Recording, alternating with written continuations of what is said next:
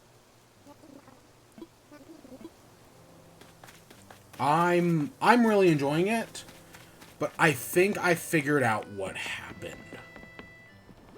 Yeah, I think I know what happened. But it's not like perfect either, cuz like I'm like, "Oh, this probably explains it."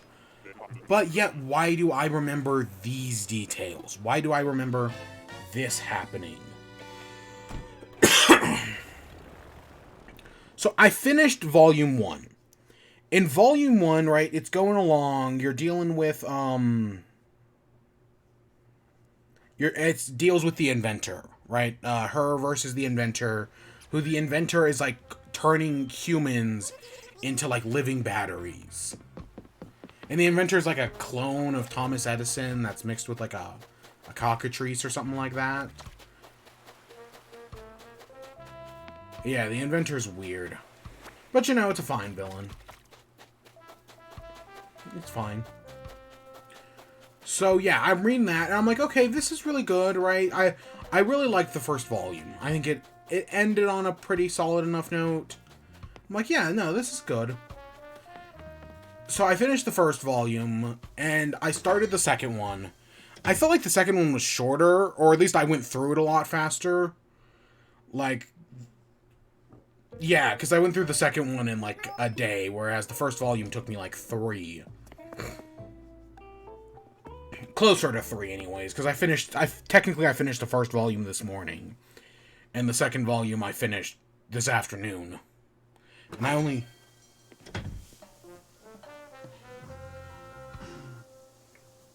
Okay, I'm gonna ignore that.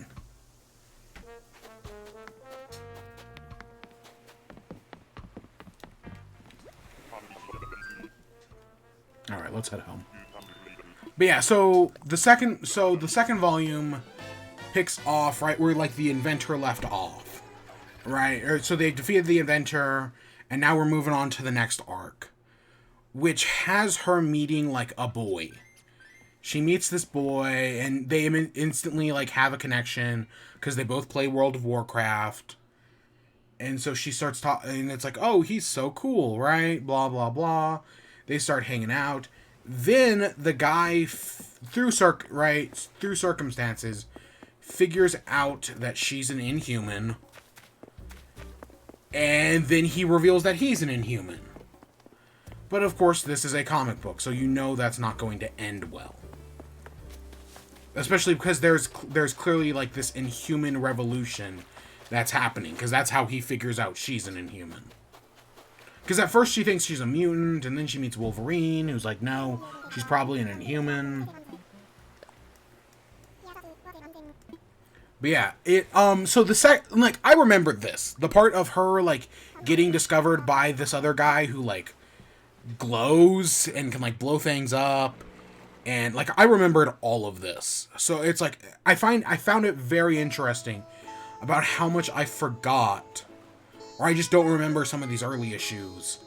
But I remembered this happening, right? I remembered her meeting this boy, and him, hey, surprise, surprise, there's this sort of Inhuman revolution going on, and he works, and right, he's part of the Inhuman revolution, and then they kidnap her, and then he kidnaps her brother, because he thinks that if Kamala's an Inhuman, then her brother has to be as well. I remember that. What I don't remember is everything else surrounding it. So, like, they're building up this guy who's, like, the new villain, who's, like, overthrown Medusa, or... Like, at first I thought it was going to be, like, an underground revolution, but next thing you know, he's, like, sitting in, like, Medusa's throne or whatever. So, that's probably something that happened in the Inhuman books, or something like that, because I have no idea what's going on. Because I will admit, one of the problems with the second volume, is that they build up, right, oh, this guy kidnapped his brother, there's some sort of, like, Inhuman revolution going on, and then it's just dropped. Because, in the middle of all this going on,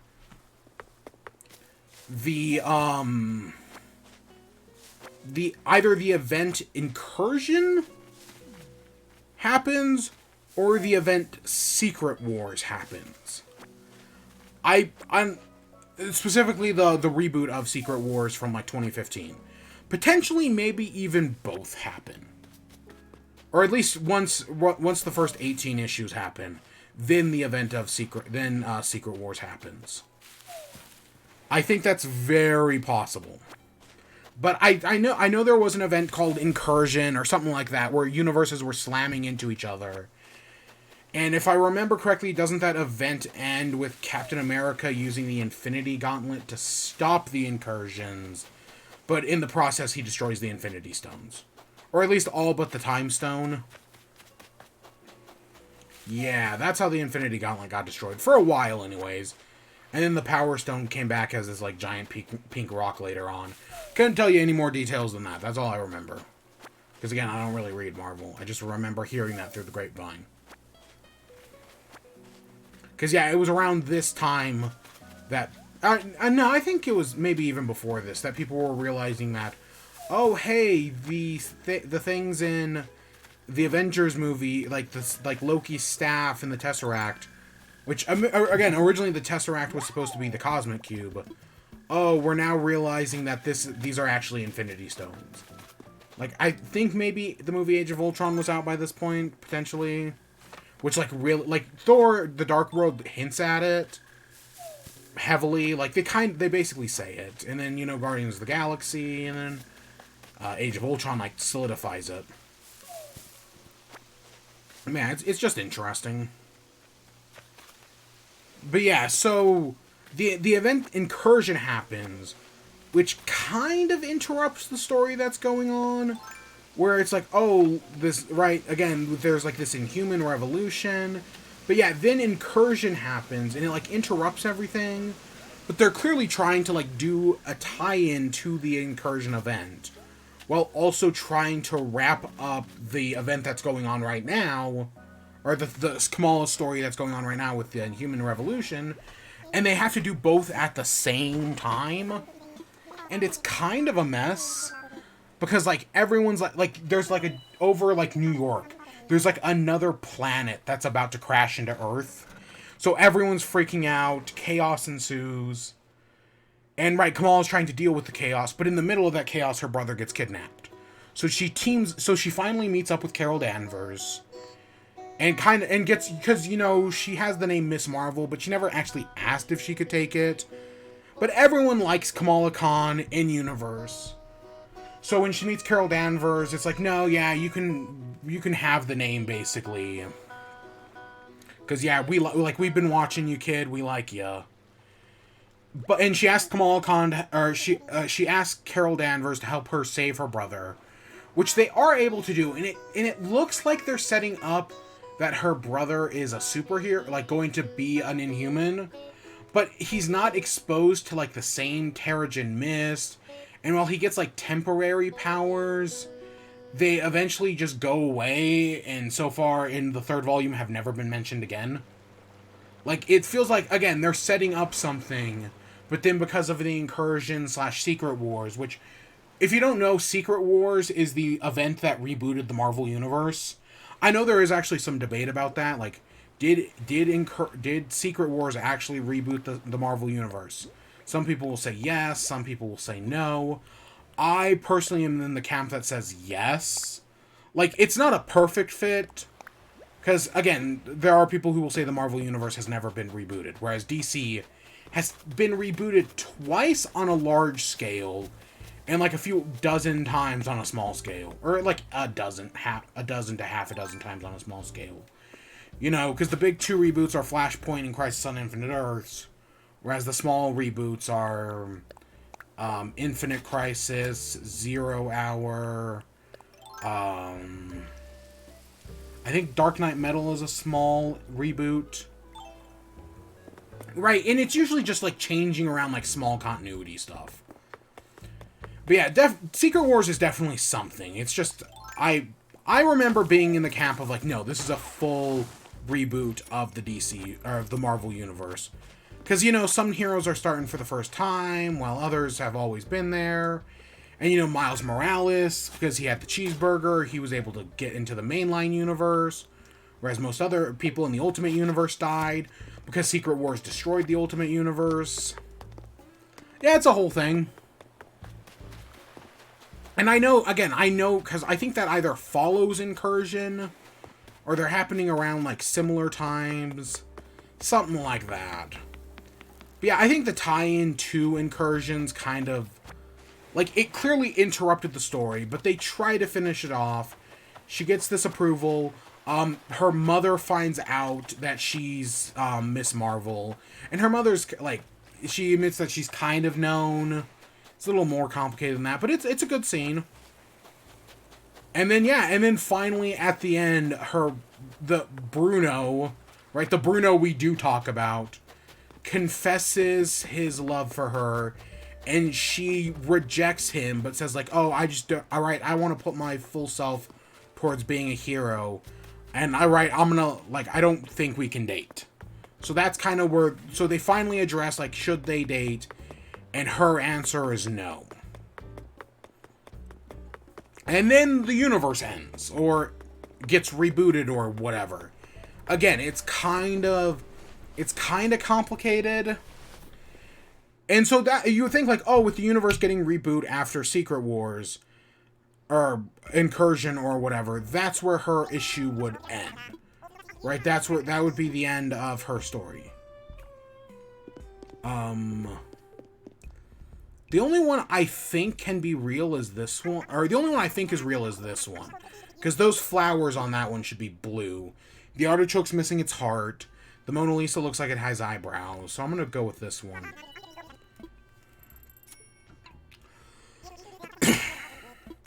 So after that, you get 2 issues that have nothing, like, that are very, like...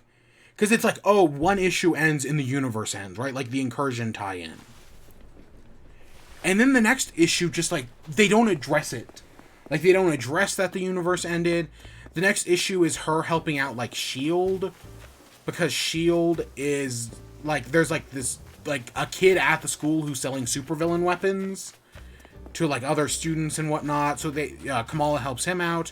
And then the last issue, issue 18...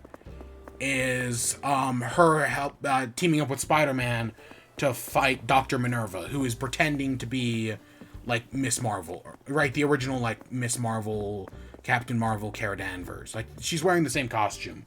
So they team up, and it actually has both an issue of Kamala Khan, Miss Marvel, and it has an issue of, like, Amazing Spider-Man.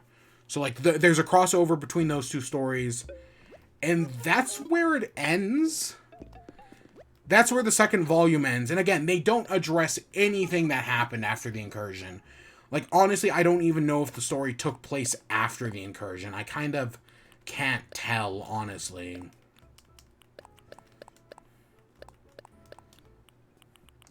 It's just it's very weird. Like, I don't actually like how the initial run ended.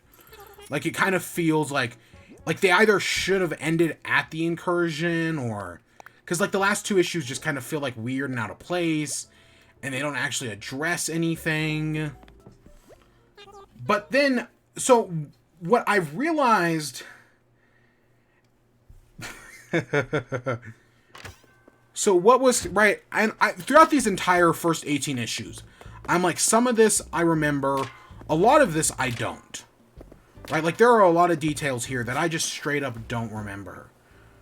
But then I found out, at issue 19, they started renumbering the series. They went back, and they were like, okay, we have we're post-Secret Wars, because I know Miles Morales is in the Marvel Universe by this point. So Miles Morales is now in, presumably post-Secret Wars. They now have Kamala Khan. It's been a few months. She's now a member of the Avengers, and she's teamed up with them. But so her superhero life's going great, but her as Kamala Khan, she's kind of suffering, right? Her grades are falling behind. Her social life isn't going great, right? All sorts of struggles like this. And they restarted it at issue number 1. And you know what? I can bet right now. And from this point on, I'm like, oh, I remember this, right? Because this has to deal with the Hope Acres, like, redevelopment firm, or something like that. And it's the Doramaka, okay. And I remember all of this. So if I had to guess, back in, like 2015, 2016, when this was happening, I saw, they rebooted this, or, like, I saw issue number 1, and was like, oh yeah, this is probably a good place to start. I can't find my Kamala Khan comics. Like, my physical comics, I went looking for them today. I checked 2 places where I thought they would be. Nothing. I have no idea where they are. But if I had to guess, I saw issue number 1 and picked it up and started reading from here. Even though, again, there were 18 issues prior to this. Which is just kind of how comics work, if you don't... right, people are always like, oh, well, where do I start with comics? Right? Oh, I want to get into comics. Where do I start? And mostly the best answer is just pick up a new comic. Right? The best place to start... Right? It's like that story. Oh, the best time to plant a tree was 20 years ago.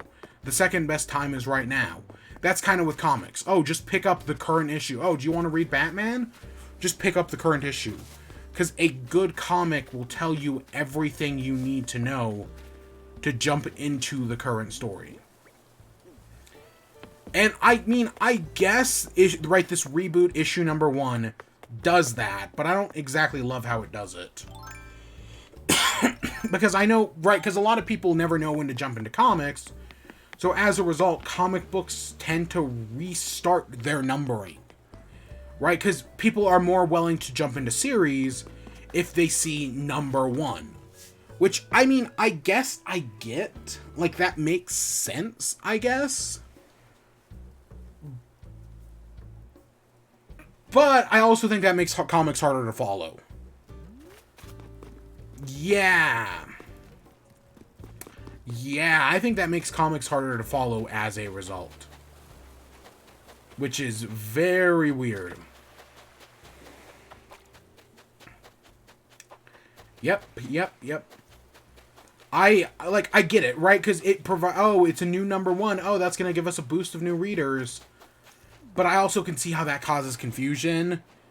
And I know, like, because I know for a while, especially after the New 52 in the DC universe, they started with renumbering Detective Comics and Action Comics, which actually really pissed people off because people wanted Detective Comics and Action Comics to get to number 100. Or number 1000, I mean. And eventually they did, right? Eventually I think after Rebirth, they restored the original numbering, and Detective Comics / Action Comics were both able to get to issue 1000. Which Action Comics hit it a few years ago. I think Detective Comics hit it like last year. I definitely remember there being way more significance to Action Comics hitting number 1000. Whereas when Detective Comics hit number 1000, a lot less people were talking about it. Yep. But hey, it happened. But yeah, and then so once the issues in volume 3, when they start the new numbering, it's like, yep, I remember all of this. I remember it all. So yeah, so this is, yeah, again, probably where I picked it up, because I know in a few issues Secret Wars is going to happen. I know that's where it's going to go. Or not Secret Wars, Civil War 2. Civil War 2 is going to happen. I am looking forward to the one where where her school faces off against Miles Morales' school.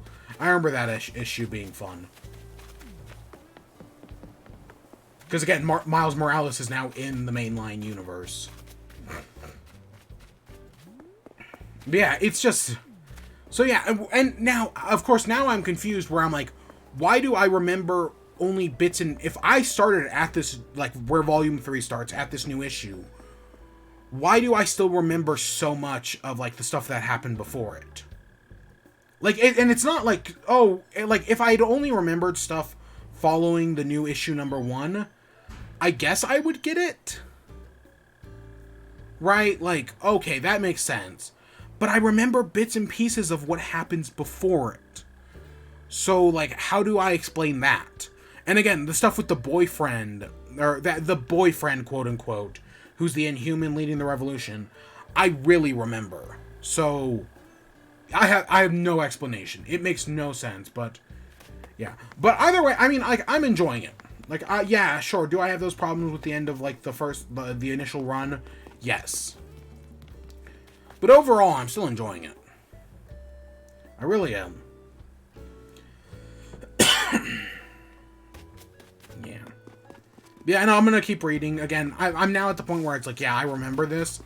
But I know I'm gonna eventually hit the point where I stopped. Probably at volume 4. Yeah, probably at volume 4. So that happens when that happens. Yeah. Miss Marvel, really good. Again, I'm more excited for the show now than ever. Especially because I now feel like I fully, like, know the origin. Whereas before, I clearly was a little shaky on it. So the other thing I want to talk about today.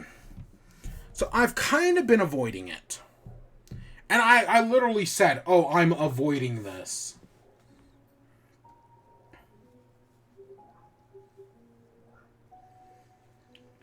Like, I legitimately did say at one point that I was avoiding this. But I want to actually sit down and talk about it real quick. Which is Harry Potter Hogwarts Legacy.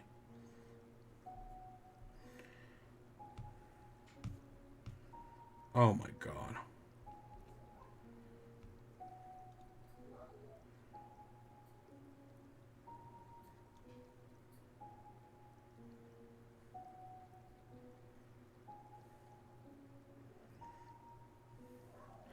So yeah, I've been avoiding talking about this. I mean, technically I haven't.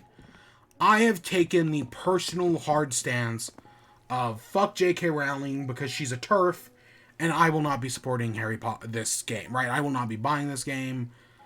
No, because any money that goes towards J.K. Rowling goes directly to fighting trans people and trying to stop them from existing. Fuck J.K. Rowling. Which, like, it points out, like, that's one of my differences between, like, J.K. Rowling and, say, like, Scott Cawthon, or what's going on with Disney right now. Because, like, when Scott Cawthon or Disney gave money to these, like, anti-trans, anti-LGBT people, he was giving it to the politicians. And the company of Disney, like, they weren't directly giving money to, like, make sure the Don't Say Gay bill passes in Florida. They were instead giving money to the politicians that make the bill pass, that are writing the laws.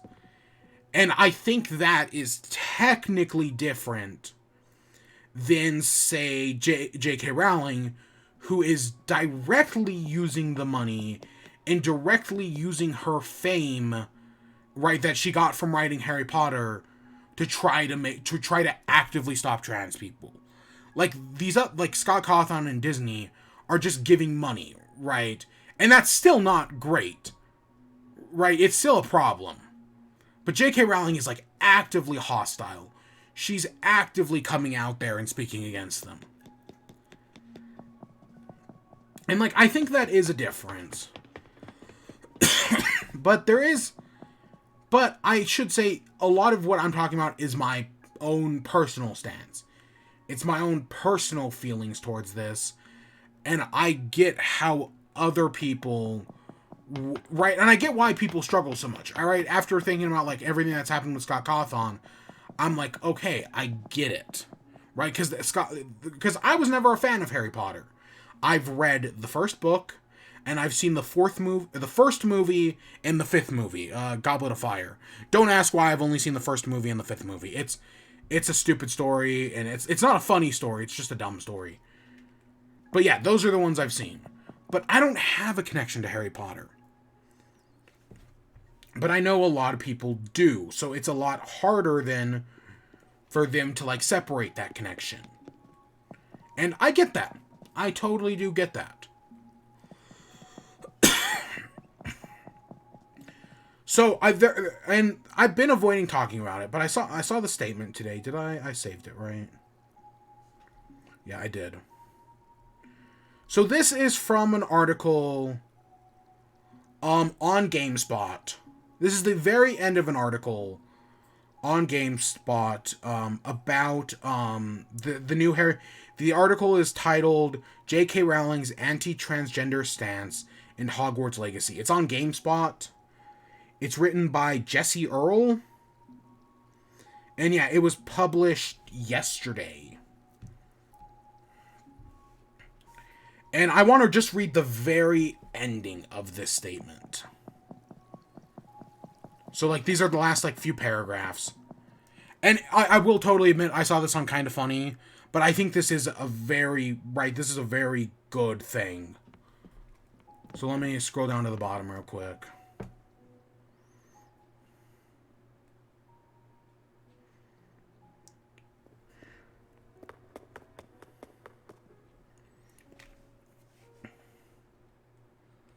Trying to get to another room.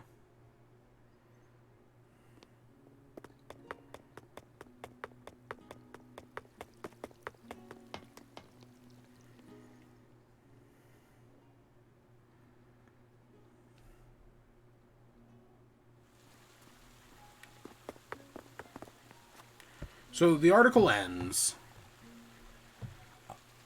I wrote out this entire dissection of Rowling's words for two reasons. One, I wanted to take this opportunity provided by a game like Hogwarts Legacy to cut through the endless waves of misinformation against trans people and educate about the truth behind the damage Rowling and, more importantly, the larger gender-critical movement and right-wing groups have caused. Secondly, I did it because I wanted to give you a chance to come to your own conclusions. You are not a bad person if you want to play Hogwarts Legacy. Many trans people themselves are planning on buying the game, despite their justified anger towards Rowling. Yet the important thing is not to condemn the game or renounce your love of Harry Potter. It's to wrestle with the complexity of it and decide for yourself. Trans people don't get to ignore the pain the franchise has become intrinsically linked to, and those who wish to care for them shouldn't get to do so either. Many will ignore this article and others like it in order to turn a blind eye to harm done or seek absolution for their choice in buying the game. Some will even, and already have, proudly proclaim their forthcoming purchase in order to express their disdain for having to think about trans people at all. You don't get to defend Rowling or Harry Potter and not understand what that actually means to a trans person, or the ramification it has for all of us, not just trans people. So supporting Hogwarts Legacy, a game about fighting magical fantasy bigots, isn't wrong, but ignoring its legacy within actual bigotry would be. And I think that's a good statement. Really? Because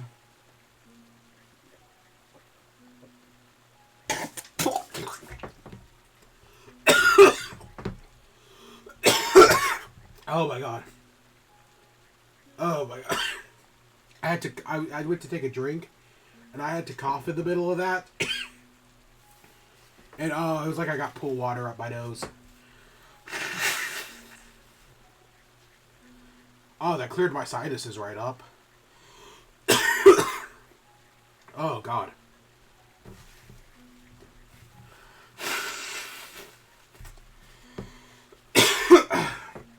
Oh my gosh. Ew. Ew. Oh god. I spilled water all over my leg. Oh, my nose burns.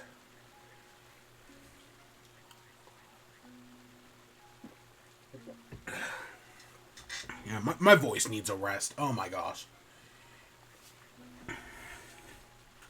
But yeah, so as I've been saying, right, you have to pick where you draw a line in the sand.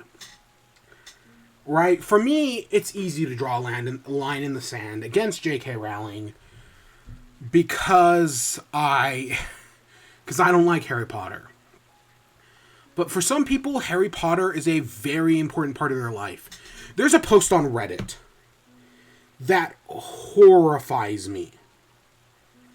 Oh god, can I find that real quick? Let me see if I can find that real quick. That post horrifies me. Reddit, Harry Potter parents.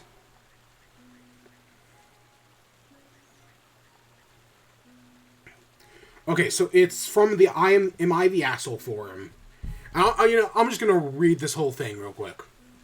It's not too long. This is getting completely off subject, kind of. But so the title is Am I the Asshole for Yelling at My Mom that I hate Harry Potter and to let me live my own life? As the title suggests, my mom is a huge Harry Potter nut.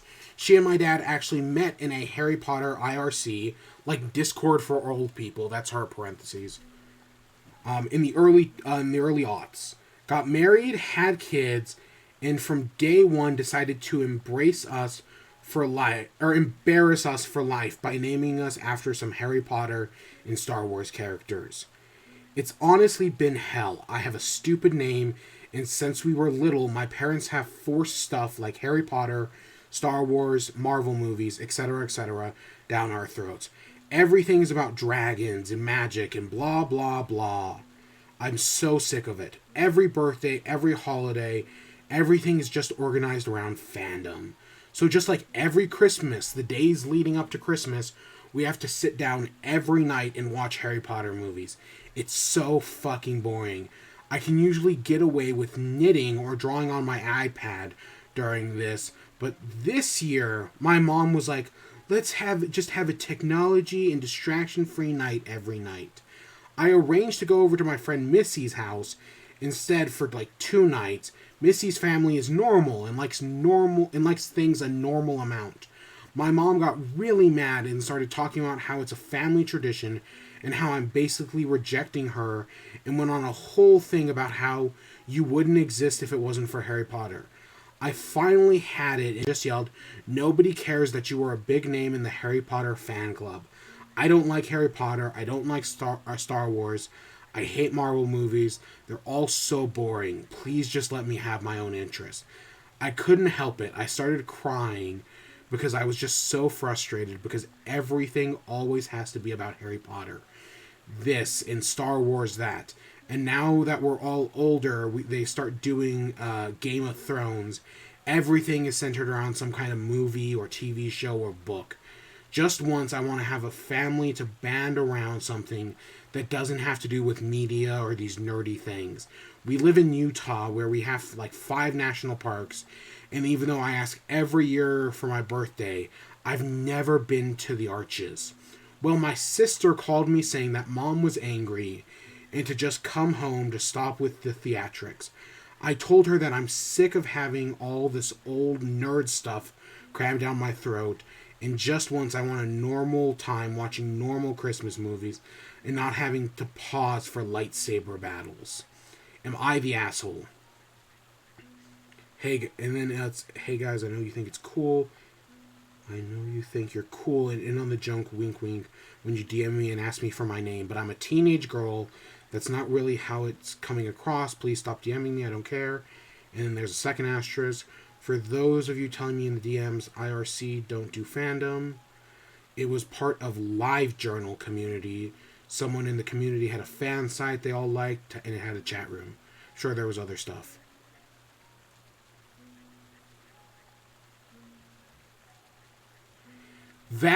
So I read that a while ago. I remember seeing that, I think, on Twitter first.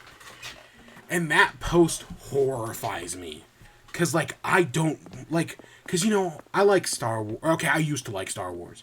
Fucking Star Wars fans ruin Star Wars. But I like Marvel movies. And, like, if I one day have kids, is that gonna be, am I gonna be like that?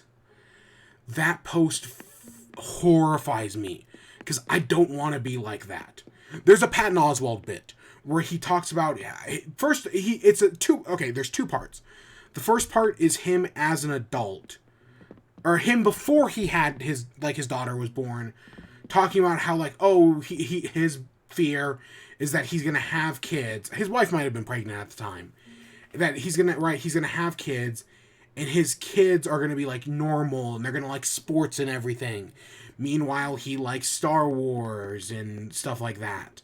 And so, like, he knows his kids are gonna like grow up and they're gonna be able to like beat him up and everything because they're like jocks. Meanwhile, he's just a pudgy guy. So, like, that's his nightmare.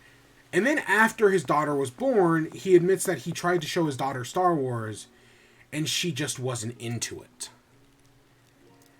And yeah, but yeah, no, that reading that, am I the asshole? That definitely horrifies me. But Patton Oswalt, that second part, so he showed his daughter Star Wars and she didn't care for it. But the thing he did differently than that am I the asshole thing is he then let his daughter find something else that she liked, My Little Pony, and fully supported her. And eventually he guest starred on My Little Pony, and he even got his daughter a role on the show. Right? Because he fully embraced it. And that's, I think, the difference between the Patton Oswalt thing and the Post is, right, the kids clearly want to do their own things, but the parents are forcing their fandom on them. Right? Like, the kid wants to go to national parks, so let them. But yeah, that Post just, like, like, I don't want to end up like that. Oh my god, that horrifies me. But yeah, that, like, the whole point why I even brought that up is because, yeah, people are intrinsically linked to Star Wars. For Star Wars, it's a big deal, and everyone's going to draw their line in the sand differently. I'm easily able to draw my line in the sand. But as it's right there, some people have a lot harder time. Right? Everyone draws their lines differently. So yeah, I guess what I'm getting out of this is that if you are excited for this new Harry Potter game, yeah, you can be. There's nothing wrong with being excited for a new Harry Potter game. It sucks that J.K. Rowling is a terrible person. But if you draw your line in the sand differently, that's fine. Like, I know, like Ubisoft, for example. Ubisoft, terrible company. But I know Ubisoft puts a lot of accessibility options in their games.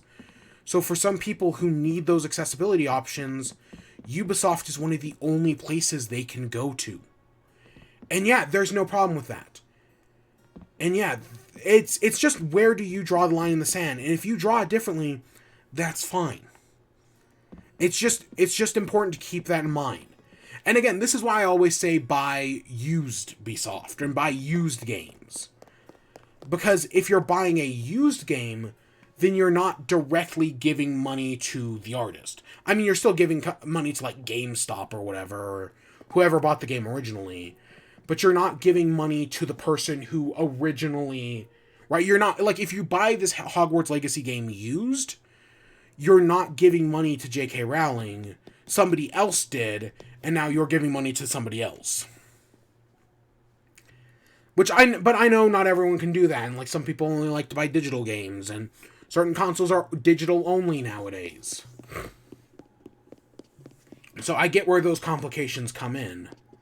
And the other thing I'll say is just don't give the game free... Right, like, if you want to play it and do it in your own time, yeah, no, just don't, like, give the game free publicity.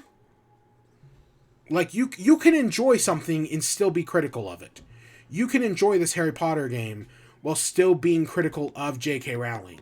Because while I haven't actually watched, like, this whole thing, the one big, like, takeaway I seem to get from it is that this game is kind of like Bully.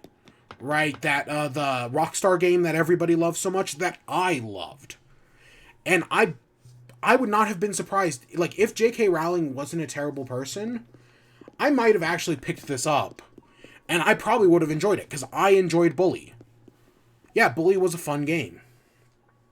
And there is a chance I might have actually enjoyed this. But I just can't support J.K. Rowling. So I'm not going to be picking it up. I've drawn my line in the sand there. But if you draw yours differently, yeah, no, I get it. It's hard. It's just to be aware of, like, what that means. That, yeah, J.K. Rowling is not a good person. But, you know, if that's what you want to do, yeah, go for it.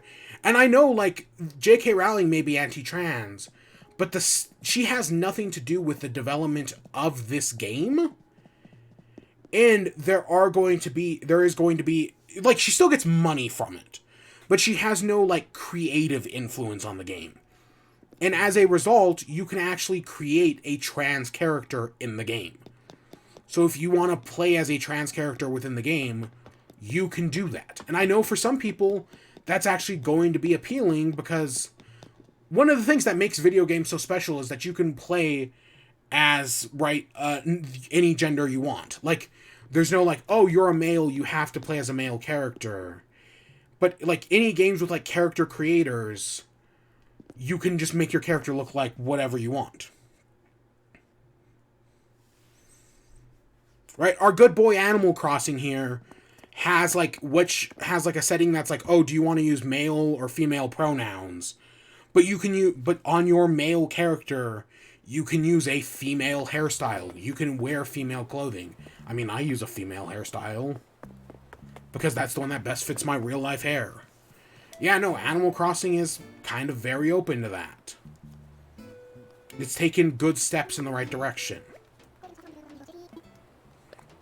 But yeah, no, I think that's a good statement from, yeah, Jesse Gender. Yeah, I think that's the Twitter handle. I'm checking it right now. Yeah, that's the right Twitter handle. I think that's a really good statement, and I understand, yeah, and I totally get the complications there. Because, again, I have my own, which is Five Nights at Freddy's. That's where my complications come in. I've drawn my line in the sand is very complicated. But then again, I haven't helped either because I've talked a lot about it. But admittedly, every time I talk about Scott Cawthon in Five Nights at Freddy's, I try to remind people, like, no, this is what he did, right? These are the complicated feelings on it. And I think it's just important to be upfront and apparent about those things. Because they do matter. And if I haven't said it already today, trans rights are human rights. Trans lives do matter. And fuck that turf, J.K. Rowling. But if you want to play the game, yeah, no. Right? I get it. I get it.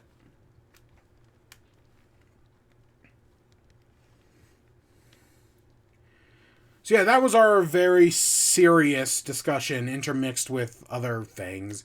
And me, what's that called where you shoot water out of your nose? Is it gauzing? It's got a specific name. I don't remember it. Oh my gosh. I can't. Ugh. Remember when we were talking about soda an hour ago? Yeah, this Pepsi Nitro. Nope. Yeah, my voice is totally giving out. Oh my god. Like, my voice clearly needs a rest. I was doing a presentation, I think it was yesterday. It was either yesterday or Wednesday, but I'm pretty sure it was yesterday. In class, and my voice just like cracked so hard. I need a rest. I need to give it some time. So, yeah, it's because like I'm also like I was sick, and then I immediately went from being sick to having allergies, and yeah, I clearly just need like a break. But yeah, so that's our serious discussion. Tomorrow. Oh god, I don't know what's going on tomorrow. Tomorrow. I've got an idea. We'll see. We'll see if it happens. And then the plan on Sunday. The Sunday stream will probably be later in the day. I think I know what we're doing. I've got a good idea anyways. But yeah, the Sunday stream is probably going to be later in the day, because I do have something Sunday morning. But that'll be that'll be fun, and then we'll take some time off. I'm not actually going to take too long off. Because, if you didn't know, there's a new Kirby game coming out on Friday. And I've streamed the last few Kirby games, you know? We streamed Star Allies. I did an entire Kirby month back when Star Allies came out. Which, you can find all those playthroughs on YouTube. But yeah, so maybe, just maybe, I might be streaming the new Kirby game. I don't know. I'm not 100% committed, admittedly. But I'm also not committed. But yeah. But this is where we're going to end off today.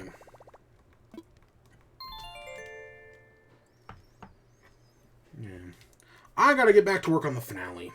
I've made some progress. I still have some more to make, obviously, but I've made some progress.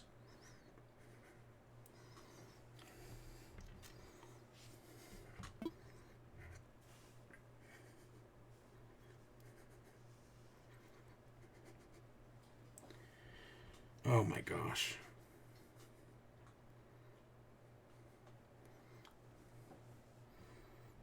Very interesting. Oh, that's cute. But yeah, only 2 days remain.